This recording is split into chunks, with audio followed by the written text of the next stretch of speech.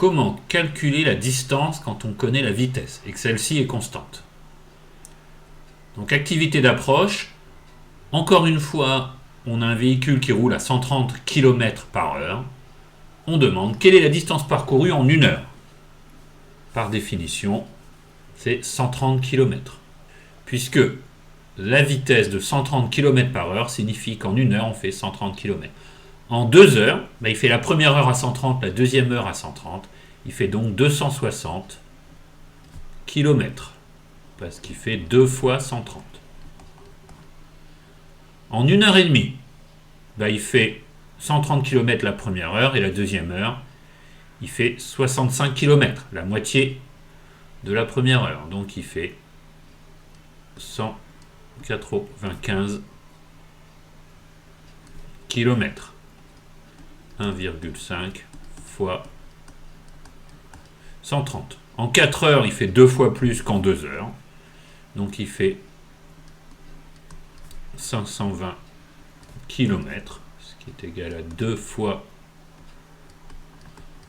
260. Maintenant, en 1 seconde, s'il va à 20 mètres par seconde, il fera 20 mètres. De la même manière, c'est la définition. En 10 secondes, il fera 10 fois plus. Donc 10 fois 20, c'est égal à 200. Et en 50 secondes, il fera 5 fois ce qu'il fait en 10 secondes. Donc il fera 5 fois 200, ce qui est égal à 1000 mètres. Ne pas oublier l'unité. Donc là, on a utilisé de la proportionnalité d'une manière ou d'une autre.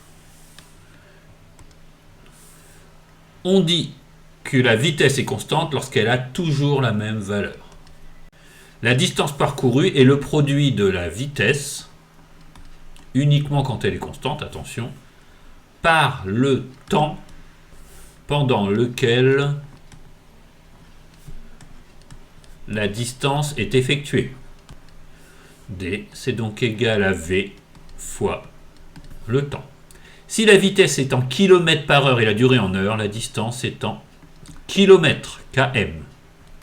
Si la vitesse est en mètres par seconde et la durée en secondes, la distance est en mètres, petit m. Autrement, il faut convertir dans une unité.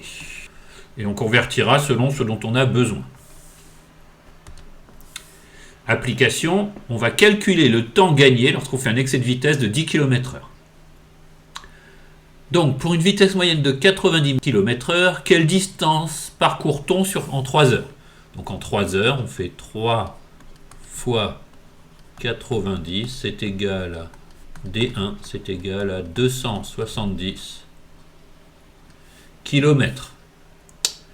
Si on allait à 80 km/h, en 3 heures, on ferait 3 fois 80, c'est égal à D2, c'est donc égal à 240 km. Comparez les distances D1 et D2, il y a un écart de 30 km, ce qui fait environ 20 minutes de trajet en plus.